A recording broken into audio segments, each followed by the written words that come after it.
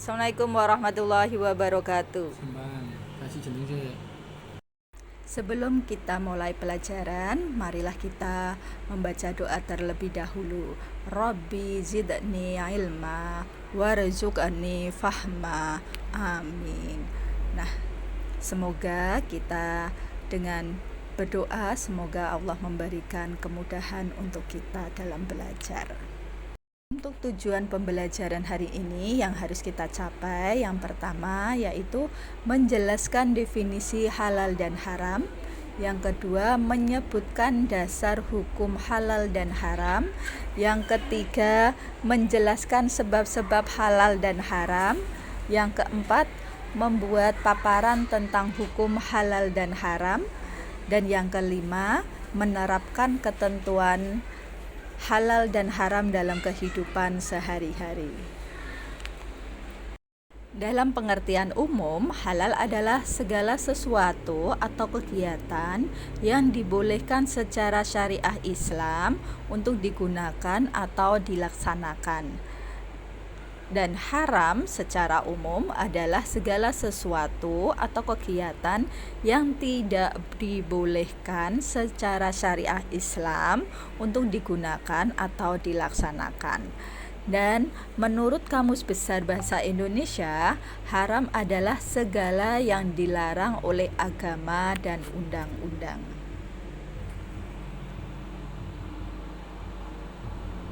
Dalam pengertian khusus, halal adalah segala sesuatu yang diizinkan secara syariah Islam untuk digunakan, dikonsumsi, dan dilakukan.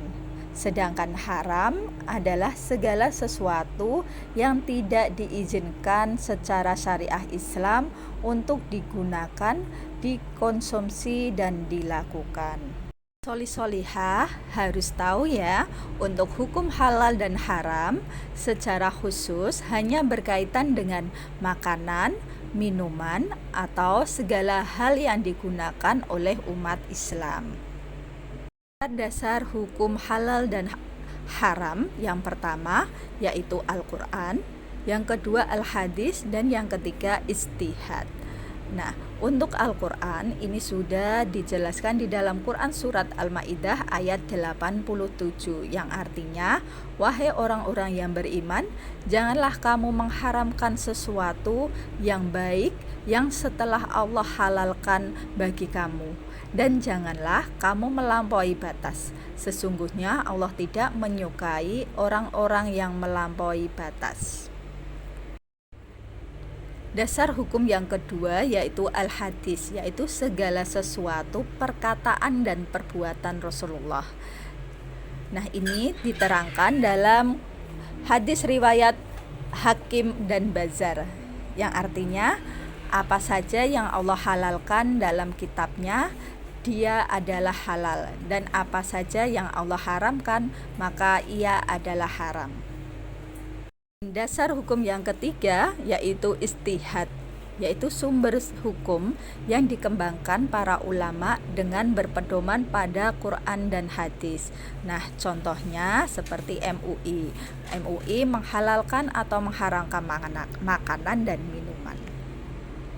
Nah, untuk selanjutnya kita akan membahas tentang sebab halal dan haram.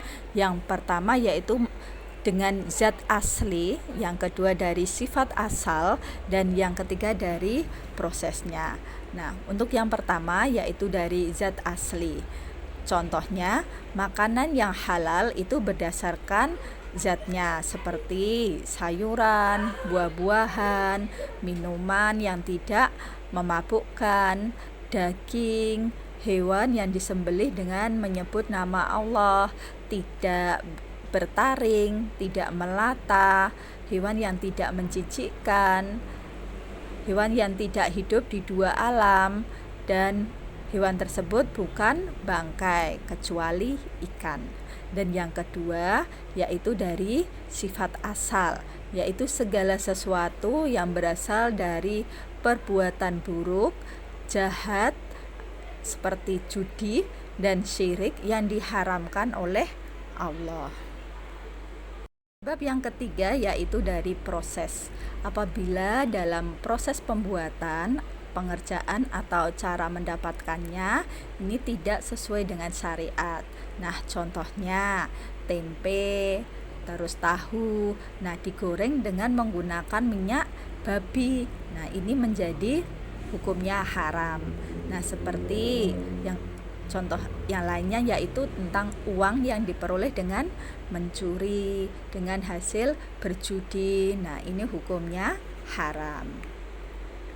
Pemaparan yang sudah saya sampaikan, silahkan mencari contoh yang termasuk perbuatan atau makanan yang halal dan haram dan mengidentifikasi dengan teman kelompoknya. Alhamdulillah untuk materi hari ini sudah selesai. Semoga dengan ini dapat bermanfaat untuk kita semua. Kurang dan lebihnya mohon maaf. Billahi taufiq wal hidayah. Wassalamualaikum warahmatullahi wabarakatuh.